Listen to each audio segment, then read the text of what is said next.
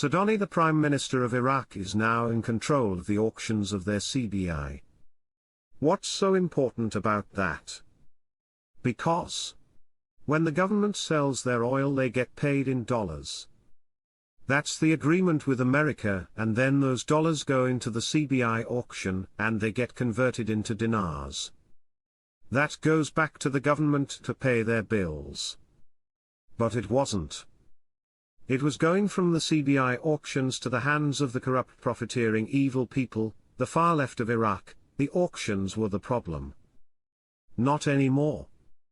The new slogan, Made in Iraq, this is about what he needs to make a real impact.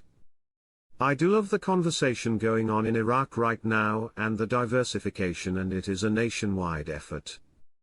They used to have 130 trillion dinars in circulation. They tell you now it's 100 trillion dinars, it will be trillions to billions. 130. And now reported 100 trillion is a big clue of the direction of the exchange rate. The 100 trillion dinar they are talking about is the value of the IQD, not the number of notes in circulation. The difference is extremely important. The clue is it's going in the right direction of adding purchasing power to the country's currency. Al-Sudani directs to establish the concept of Made in Iraq. Quote, the Prime Minister pointed the importance of establishing the concept of Made in Iraq, as it represents a national goal shared by all.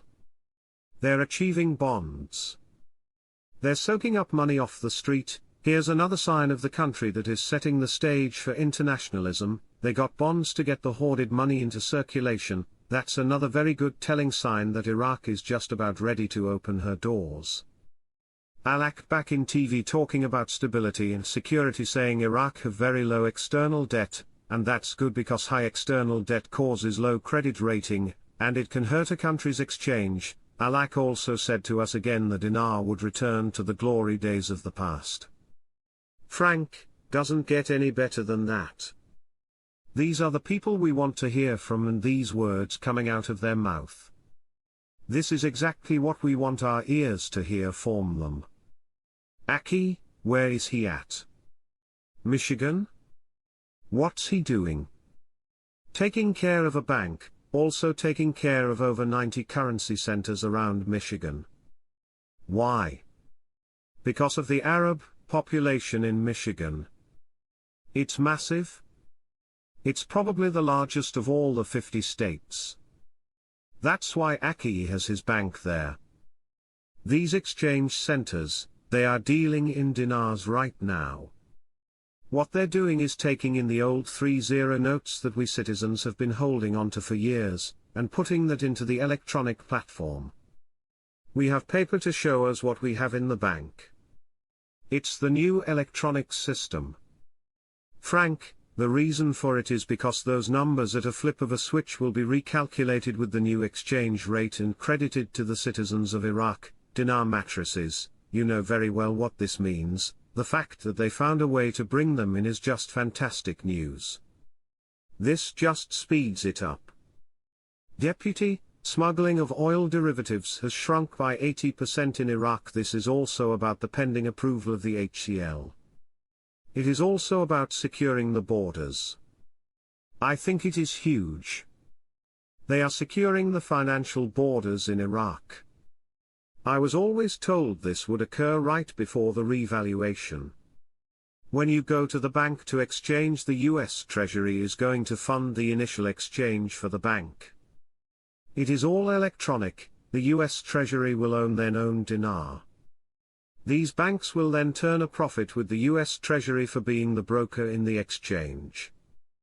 It will benefit them to collect as much of the 30 notes as possible. The US Treasury will keep a certain amount of the 30 notes for interbanking and global trade with Iraq. Iraq has already guaranteed oil credits at so much a barrel. The US Treasury fully intends to also sell these oil credits at a profit margin to other countries needing the Iraq oil. I have asked my CBI contact multiple times on the fixed credit rate, and I got varied amounts from $30 to $35 a barrel. So, It is not like Iraq has to shell out trillions back to the US to cover the cost of the funds for the exchanges. Member of Parliament, MP Mohammed El-Ziyadi, called on Tuesday on Prime Minister Mohammed Shia al-Sudani to inform and submit a summary report on the reasons that led to the dismissal of the political blocs concerned with replacing their ministers before announcing the amendment, and within a specific period. Al-Ziyadi said in a statement to Al-Maluma agency, the statement of the meeting of the leaders of the coordination framework yesterday, Monday, in the presence of the Prime Minister, indicated that discussing the issue of the planned ministerial reshuffle left the decision to replace them to the Prime Minister.